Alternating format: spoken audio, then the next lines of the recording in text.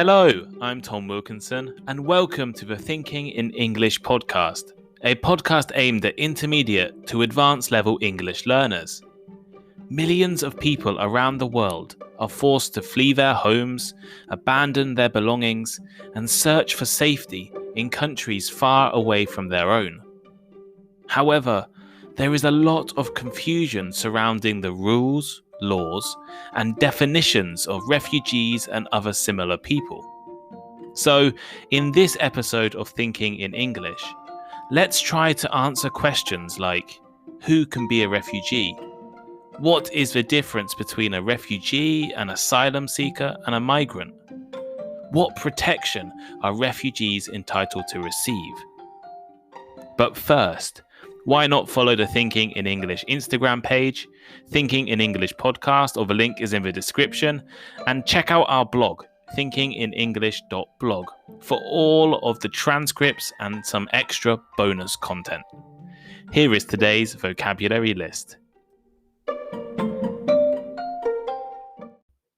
As always, the written list is available in the description of the podcast and also on my blog, thinkinginenglish.blog. To flee.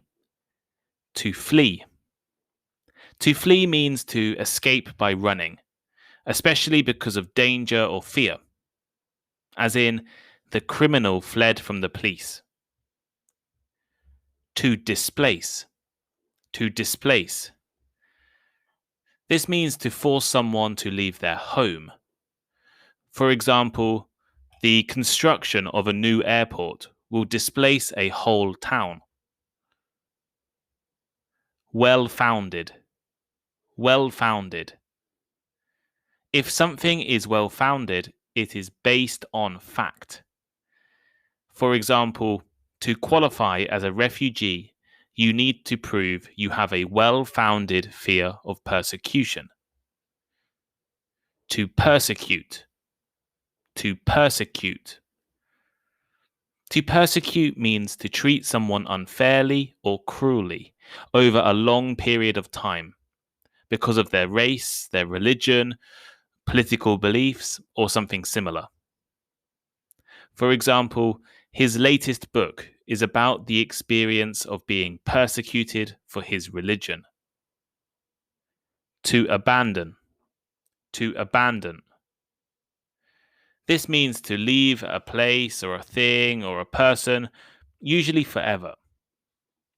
For instance, we had to abandon the car due to the snowstorm. To deport. To deport. If someone is deported, they are forced to leave a country, especially a person who has no legal right to be there or a person who has broken that country's laws. As in, thousands of illegal immigrants are deported every year. Eligible. Eligible. Eligible means having the necessary qualities or satisfying the necessary conditions to do something. As in, only people over 18 are eligible to vote. Asylum. Asylum. Asylum is protection or safety, especially that given by a government to people who have been forced to leave their own countries for their safety or because of a war. As in, the athlete applied for asylum in Japan. To grant. To grant. To give or allow someone something, usually officially. For instance, they granted her an entry visa. Abject. Abject. Abject is the state of being extremely unhappy, poor, unsuccessful, something similar. For example, they live in abject poverty.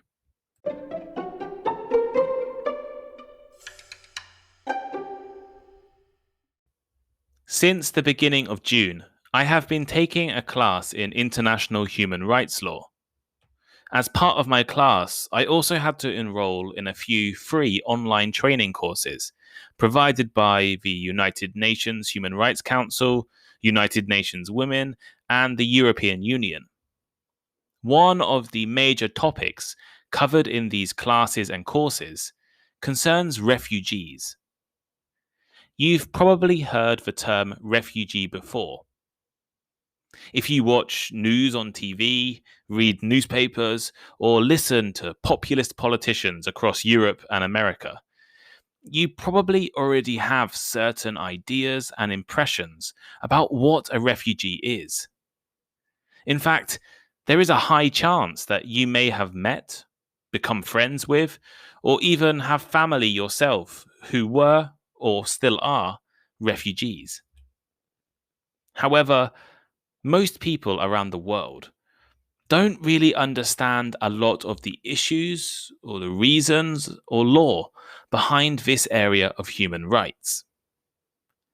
From the earliest point of human history, persecution, war, violence, and human rights abuses have forced people to flee their homes and abandon their livelihoods to ensure their own safety and the safety of their families. For millions of individuals, the world today is still not a safe or stable place. Over 80 million people globally have been pushed out of their hometowns, regions, and countries. This figure has actually doubled over the past 10 years. After the two world wars at the beginning of the 20th century, governments around the world came together to create international laws that would help to protect people displaced by conflict. The result was the Convention relating to the status of refugees, which is better known and more simple as Refugee Convention. This convention was adopted by the United Nations on July 28, 1951. It sets guidelines about how to treat people fleeing their homes. So, who can be a refugee? What is the difference between a refugee, an asylum seeker, and a migrant? What protection are refugees entitled to receive?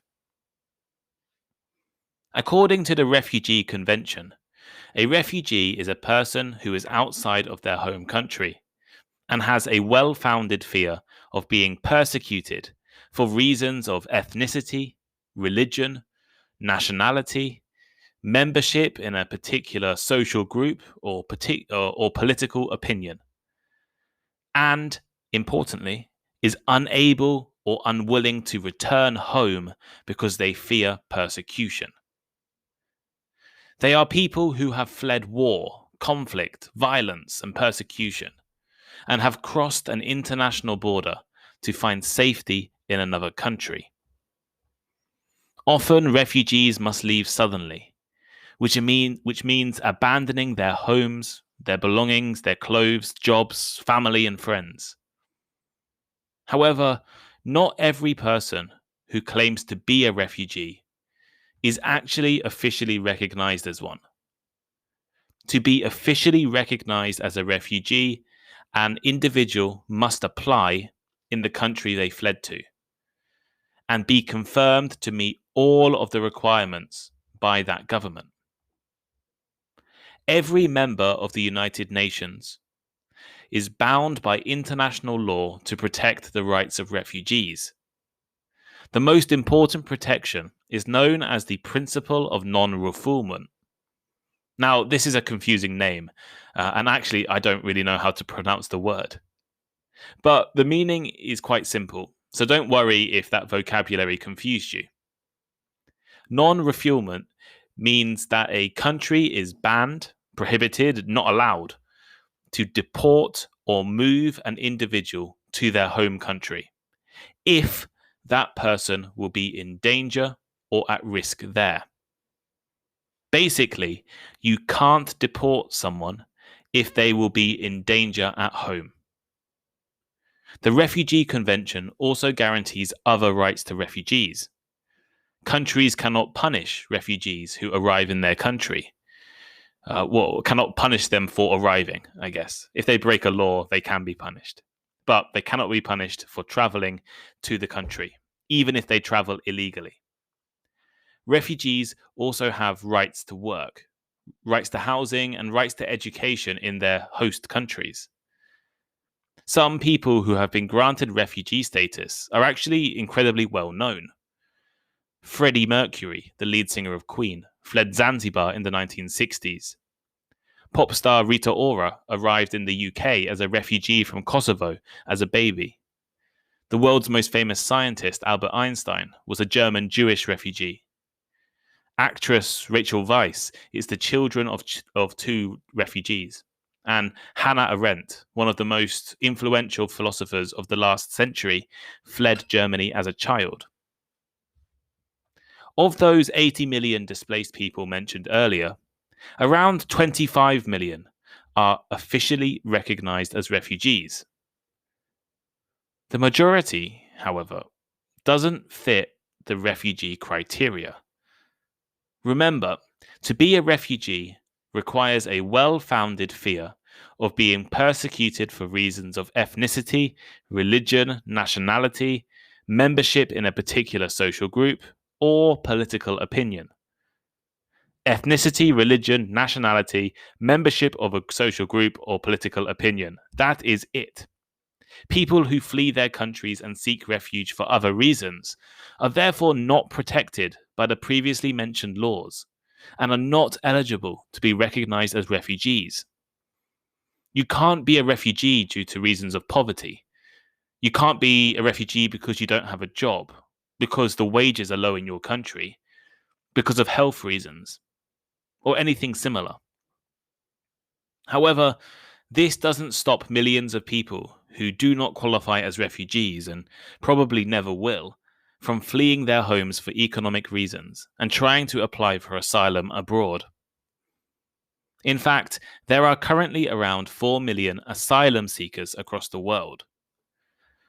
Asylum seeker is a term that is quite controversial and often confusing. In fact, I guess most people don't really understand the difference between a refugee and an asylum seeker. I'll try to explain it simply. An asylum seeker is a person who claims that they are a refugee, but they have not had their claim confirmed yet. Governments around the world have departments and authorities whose job it is to determine whether a person is actually entitled to claim asylum and be granted the status as a refugee. So, in other words, an asylum seeker is a person waiting to be confirmed, or perhaps rejected, as an asylum seeker. Now, anyone can apply for asylum, as long as they are in a country that is not their own. I can apply. You can apply. It doesn't matter who it is. Anyone can apply. But just because you apply for asylum doesn't mean you will be successful. And in fact, every year, thousands and thousands of people fail in their applications because they are not persecuted in their home countries.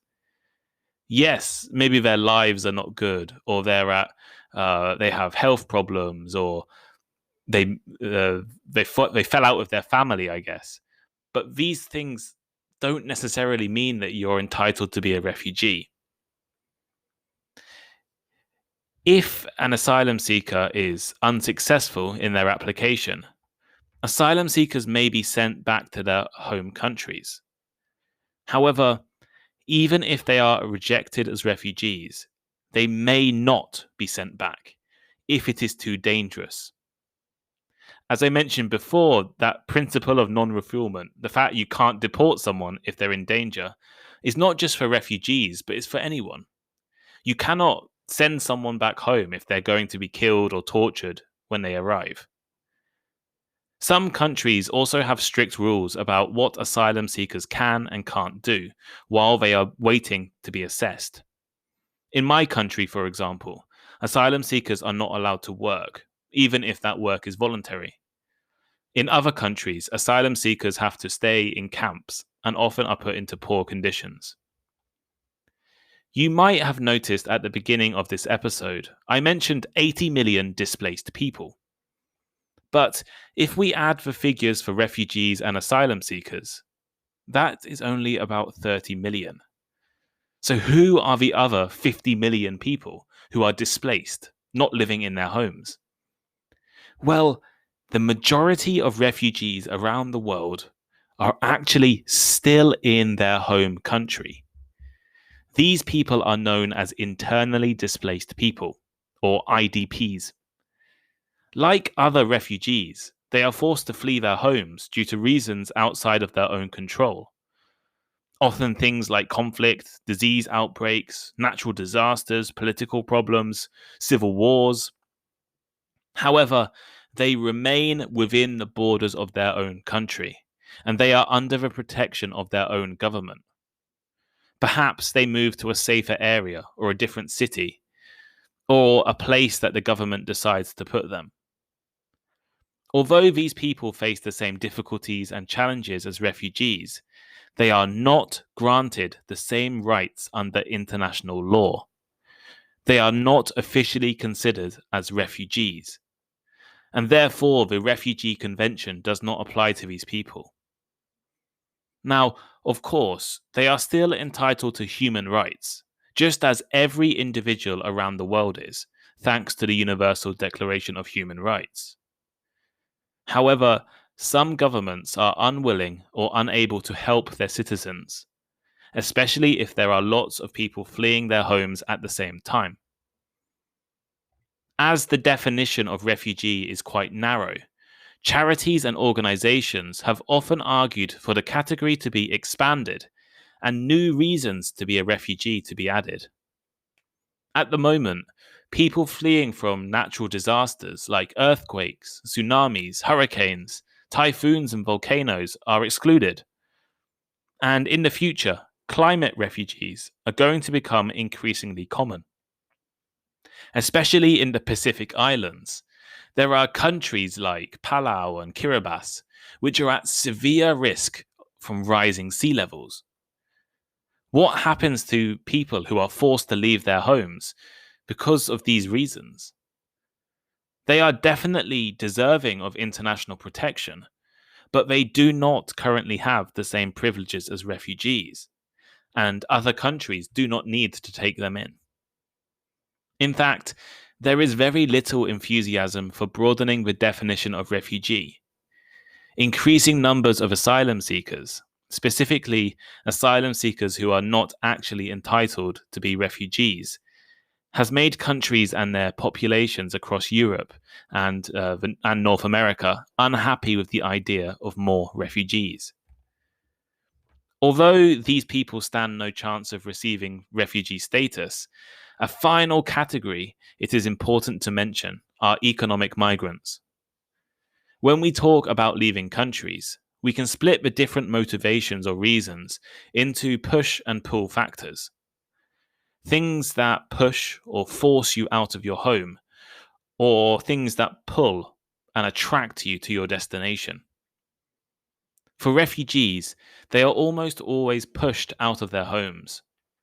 Migrants, however, often have different motivations. Economic migrants are not forced to move due to persecution or violence, but instead make the decision to leave home in an effort to improve their economic prospects. And often they decide, or they have an aim at which country they want to travel to. Refugees tend to travel, in most cases, to the closest country to them.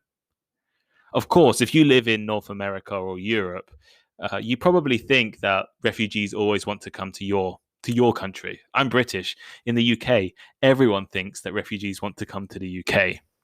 But the truth is that the UK has a relatively small number of refugees. The countries with the most refugees in the world tend to be places like Pakistan or Turkey, Lebanon, Kenya, because these are places next to conflict areas, next to places with human rights abuses. People fleeing people fleeing Afghanistan to move to Pakistan, or people fleeing from Somalia to Kenya, or from Syria to Turkey and Lebanon. Migrants, as I said, have different motivations, and they tend to make their decision to leave home in an effort to improve their economic prospects. However, sometimes this can be just as urgent as a refugee's reasons. So, for example, imagine people living in abject poverty, without clean water or enough food, without jobs or education, with sick or ill families. The motivation for these people to create a better life abroad can be really strong. However, they are not classified as refugees, and if they apply for asylum abroad, as often happens, they will usually be rejected. This is because they're not at risk of persecution in their home countries. Of course, their lives might not be good, and they might want to find something better out in the world.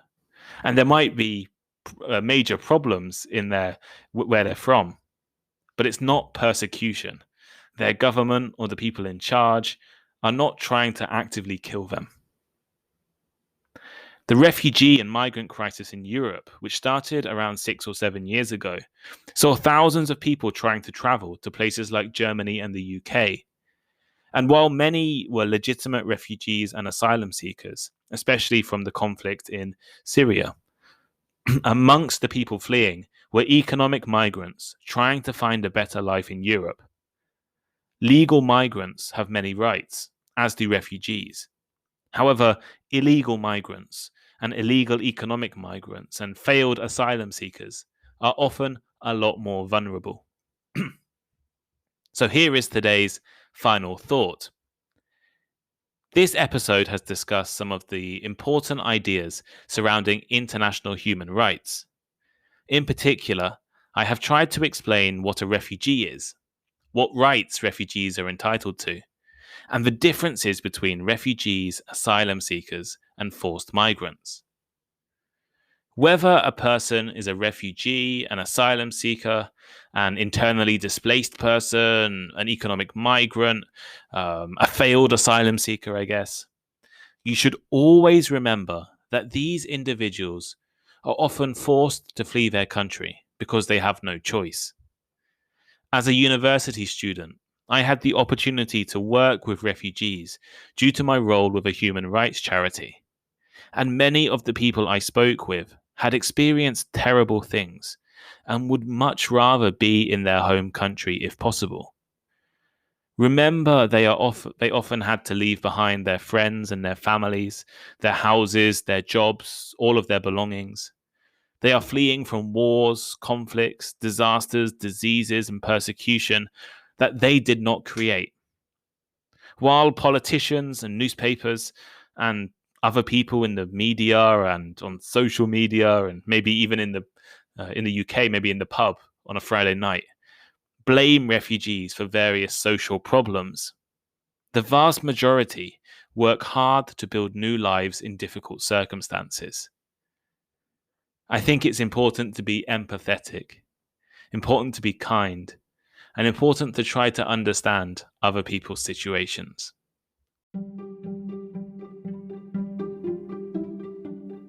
Thank you for listening to today's episode. If you enjoyed it, please leave a review or rating, recommend it to your friends, or let me know on Instagram. My Instagram is thinkinginenglishpod. The link should be in the description. And make sure you check out the Thinking in English blog. I love hearing from listeners, and I really appreciate all of the messages I have received over the past few months. Feel free to send me a message or give me some advice or recommend a topic. Have a great day, and I'll see you next time.